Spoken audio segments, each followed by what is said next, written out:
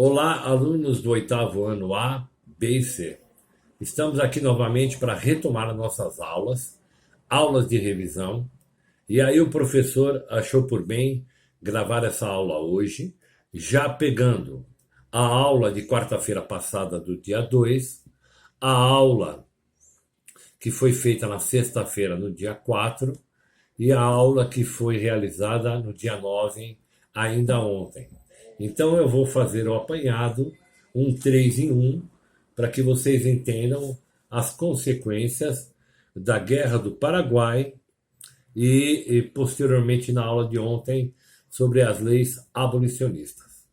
Então, a aula do dia 4, aliás, do dia 2, foi focada na Guerra do Paraguai.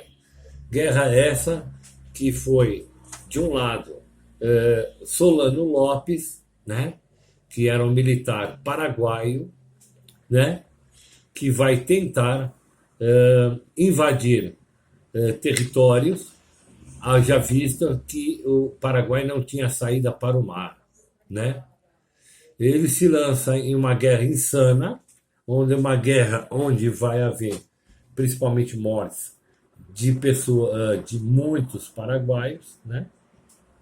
E do outro lado, a Tríplice Aliança. Então, o Paraguai, que tinha um grande contingente no exército, vai lutar contra a Tríplice Aliança.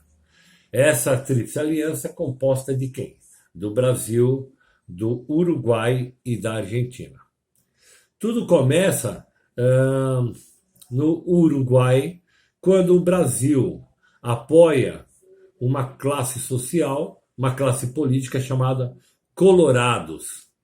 E o Paraguai apoia, por outro lado, os blancos. Depois dessa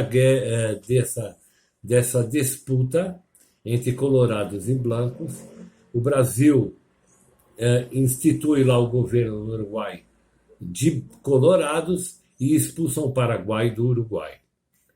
O Paraguai, se sentindo intimidado, vai invadir o Brasil, primeiro em Mato Grosso e posteriormente no Rio Grande do Sul, querendo declarar aí uma guerra contra o próprio Brasil.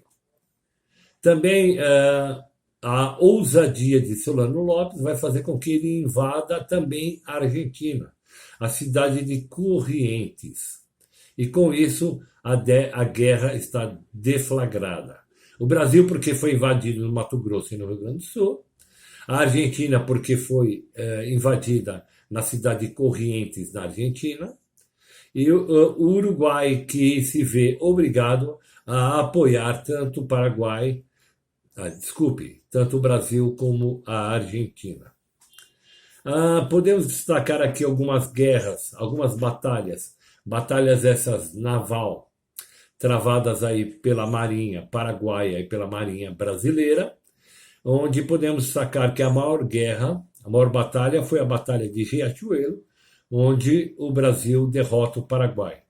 E vai haver várias outras batalhas travadas aqui em solo brasileiro. A Batalha de Tororó, a Batalha de Avaí, a Batalha de Lonas Valentina, a Batalha de Curupati e a Batalha de Cerro Corá. Qual é o saldo dessa guerra, dessa luta insana que Solano Lopes vai travar com a Tríplice Aliança? Foi constatado, segundo alguns fatos históricos, que 75% da população paraguaia vai ser dizimada. Tanto é que, para o Paraguai se reerguer, levou algumas gerações, porque muitos homens foram derrotados, o que tinha sobrado foram mulheres e crianças, até que essas crianças crescessem, né, e pudessem ter filhos, a outras gerações não se perpetuou. O Paraguai era um lugar até razoavelmente rico, mas se tornou no país que hoje nós conhecemos, infelizmente, muito por conta dessa insanidade de Solano Lopes. O Paraguai nunca mais se reergueu. A segunda aula que foi falada na sexta-feira também está relacionada com a Guerra do Paraguai, mas fala-se também dos antecedentes. O que aconteceu especificamente no Brasil, que depois culminou com a Guerra do Paraguai. Como é que estava o Brasil nesse período, né? Se vocês lembrarem, foi o período onde houve o golpe da maioridade, né? Dom Pedro II era menor, ele não podia assumir o trono. Dom Pedro I tinha retornado para Portugal, deixando em seu lugar o seu filho, Dom Pedro II. Só que ele era uma criança de 9 anos e não podia assumir o trono. Então, por um período, desculpe, o Brasil foi governado pelas regências, que eram homens escolhidos pela coroa portuguesa para administrar o Brasil até que Dom Pedro atingisse a maioridade. No momento, depois de feita uma aliança entre conservadores que queriam o retorno do rei de Portugal para o Brasil, e o Brasil retrocedesse e voltasse a ser uma colônia, um império, né? Hoje é um império, na época era um império, né? E os liberais que queriam, sim, mais participação política nas decisões que eram feitas pelo príncipe regente. Vai haver, então, uma aliança e vai haver o golpe da maioridade. O que foi esse golpe da maioridade? Foi uma aliança feita entre conservadores e liberais, colocando no trono novamente Dom Pedro II, no caso, com 14 anos, e ele vai reger, ele vai imperar no Brasil. Afora isso, neste período, que nós estamos falando aqui do segundo reinado, que o primeiro reinado foi de Dom Pedro I, segundo reinado Dom Pedro II, estava havendo vários conflitos no Brasil. O Brasil tem uma grande baixa na Guerra do Paraguai. O Brasil enfrenta a balaiada, a cabanagem, né? A revolta dos malês, várias revoltas internas, né? Principalmente Bahia, Pernambuco, Rio Grande do Norte, onde vai haver vários conflitos e um desgaste da imagem do imperador, né? Também se falou que em 1850 foi assinada a Lei de Terras. O que é essa Lei de Terras? Nada mais é do que uma lei que favorecia aqueles que já tinham terras, e vocês devem lembrar do que eu já falei, que terra era sinônimo de poder e sinônimo de dinheiro, de riqueza. Então, essas terras vai ser feita uma lei onde as terras só poderiam ser compradas e vendidas por pessoas de posse. Então, os menos favorecidos, os pequenos fazendeiros, aqueles que não tinham poder nem prestígio, e muito menos dinheiro, poderiam adquirir terras no Brasil. Essa foi a segunda aula de sexta-feira. E a aula de ontem, né, a aula do dia 9, foi a aula onde foi especificamente falada pela professora, né, sobre as leis abolicionistas. Então vamos falar um pouquinho aqui sobre as leis abolicionistas. A primeira lei, a lei que foi destacada pela professora, né, que foi a lei Eusébio de Queiroz, foi aquela que até ela comentou, que é aquela lei para inglês ver. Por quê? Qual é o contexto histórico, né? O Brasil ainda estava caminhando o forte no Brasil era a agricultura, né? O plantio, o semear, o plantar e colher, né? O seu grande aliado, nós já sabemos, do Brasil era a Inglaterra. A Inglaterra é essa que trouxe Dom João VI para o Brasil. A Inglaterra que explorou economicamente muito o Brasil. A Inglaterra que emprestou muito dinheiro para o Brasil e com isso se beneficiou de muitas das leis, essa Inglaterra começa a pressionar o Brasil para extinguir, para terminar a escravidão.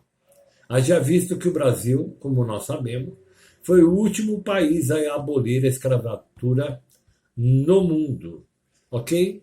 Então, o Dom João, aliás, desculpe, Dom Pedro, para favorecer esses ingleses, ele assinou a lei onde é proibido o tráfico de escravo, né?